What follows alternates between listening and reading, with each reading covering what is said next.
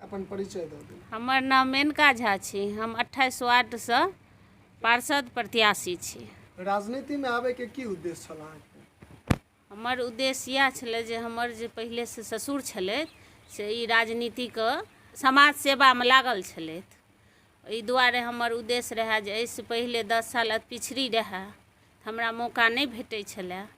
एहि दुआरे हमरा एहि बेर अहाँके समान सीट भेल हन, मौका भेटल हन, तो हम चाहै छी जे समाज सबके हम सेवा करी। जनता अगर अहाँके जनादेश दै छै, अहाँ जीत के आबै छी, तो अहाँ अपना क्षेत्र में केहन विकास करऽ चाहबै?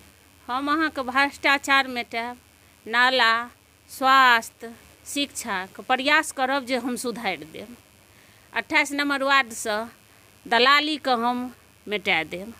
अहाँके वार्ड में बहुत उम्मीदवार छथि, लेकिन जनता अहीं के किया वोट देता?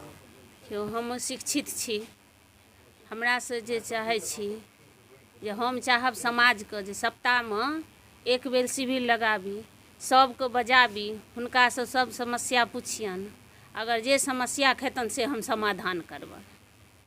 जतेक मतदाता देख रहल छथि हुनका अहाँ की संदेश देबऽ चाहबै? समस्त मतदाता से निवेदन हमरा करै छियनि जे एक बेर हमरा मौका दैत।